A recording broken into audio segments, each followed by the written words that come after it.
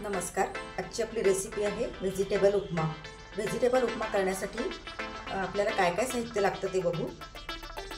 उपमा रवा, गाजर, मटारचे दाणे, कांदा, दही, फुलकोबी, उडदाची डाळ, तेल, कढीपत्ता, हिरवी मिरची, ओलं खोबरं, कोथिंबीर आणि मीठ एवढं साहित्य आपल्याला लागणार आहे. गॅसवर एक कढई ठेवलेली आहे. आता ही कढई तापली की आपण याच्यामध्ये रवा घालून घेऊ.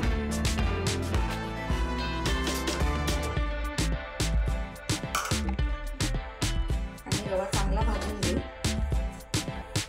हा उपमा रवा आहे त्यामुळे हा थोडा जाड असतो, पण याचा उपमा चांगला होतो. हा रवा आपण एक 5 ते 6 मिनिट चांगला भाजून घेऊ. रव्याला असा सुगंध यायला लागला की आपण गॅस बंद करून देऊ.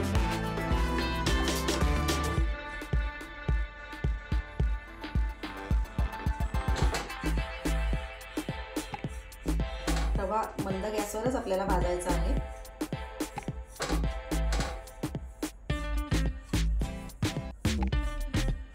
आणि सतत हलवत राहायचं आहे, म्हणजे मग तो खालून लागणार नाही किंवा करपणार नाही. उपमा करताना तुम्ही कोणताही रवा घेऊ शकता, बारीक किंवा जाड.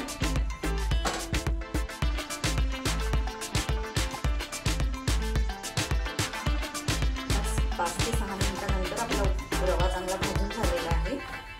असा रव्याचा सुगंध यायला लागला की समजायचं आपला रवा भाजलेला आहे. त्याचा रंग खूप बदलू नाही द्यायचा. आता आपण गॅस बंद करू आणि हा रवा आपण एका प्लेटमध्ये काढून घेऊ.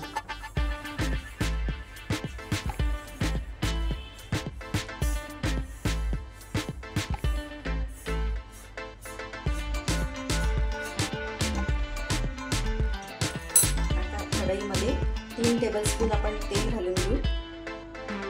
तुम्ही हा रवा तुपामध्ये पण करू शकता.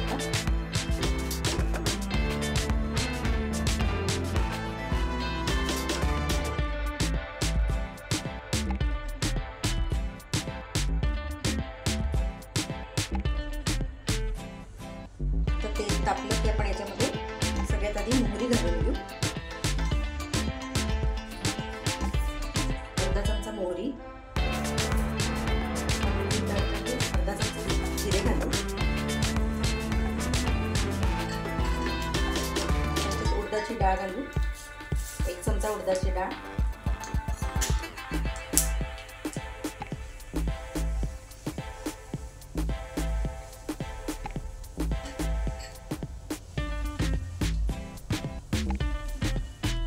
उडदाची डाळ थोडीशी परतली की आपण याच्यामध्ये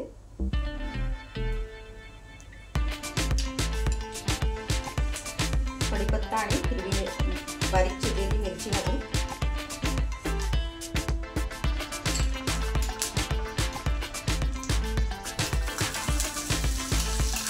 कढीपत्ता,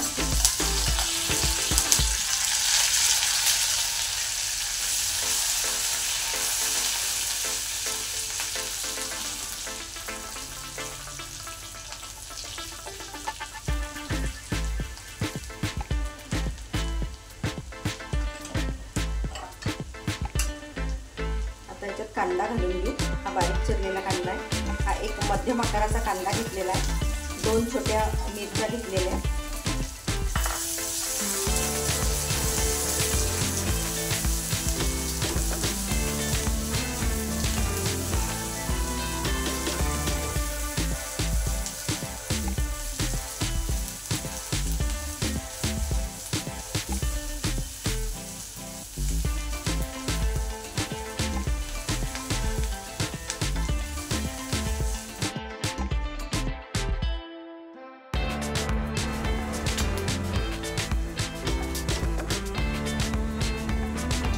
थोडा परतला की आपण याच्यात फुलकोबी घालून घेऊ. फुलकोबीचे बारीक तुकडे.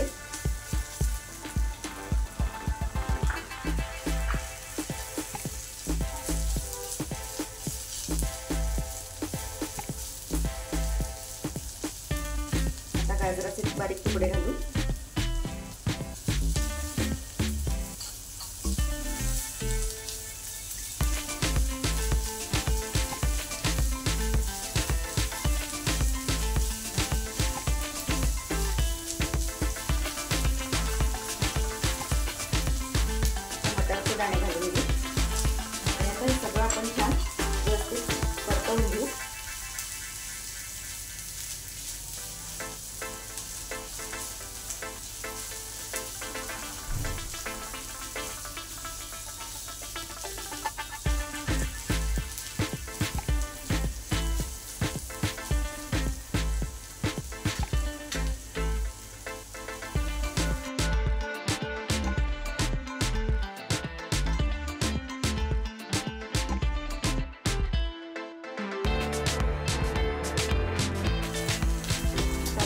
भाज्या चांगल्या परतवून झालेल्या आहेत. आपण याच्यामध्ये आता पाणी ॲड करू. आपण 1 कप रवा घेतलेला आहे, त्यामुळे आपण याच्यामध्ये 3 कप पाणी घालणार आहे.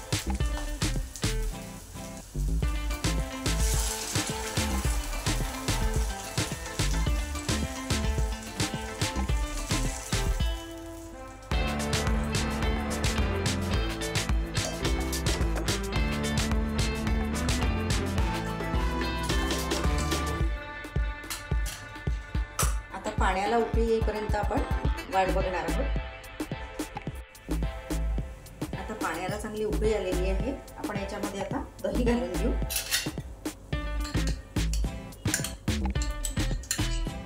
दह्याच्या ऐवजी तुम्ही लिंबू घातला तरी चालेल.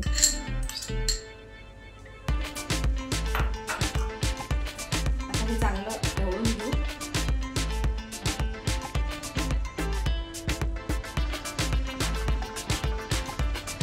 मीठ घालून घेऊ. मीठ तुम्ही तुमच्या चवीप्रमाणे कमी जास्त करू शकता याच्यामध्ये.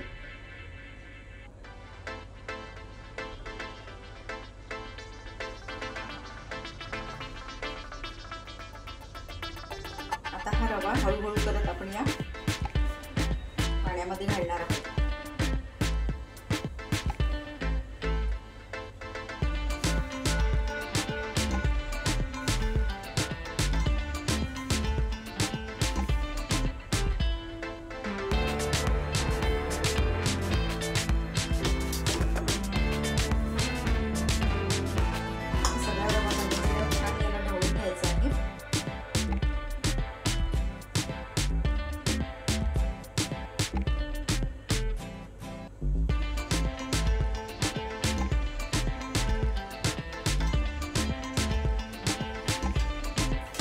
याच्यावर झाकण ठेवून आपण एक 5 ते 6 मिनिट चांगली वाफ काढून घेऊ.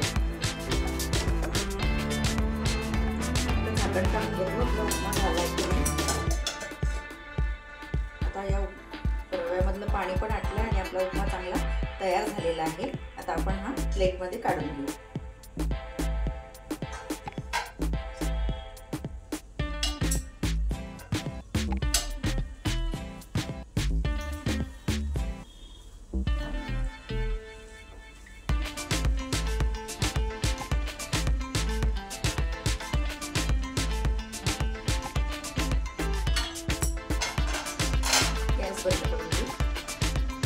आपला उपमा तयार झालेला आहे. आपला मस्त हेल्दी आणि टेस्टी असा उपमा तयार झालेला आहे. आता आपण याच्यावरून ओलं खोबरं घालून घेऊ.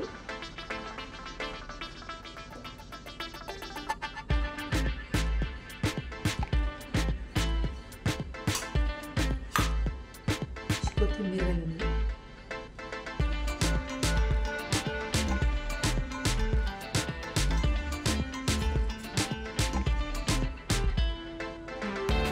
आपला टेस्टी आणि हेल्दी उपमा तयार आहे.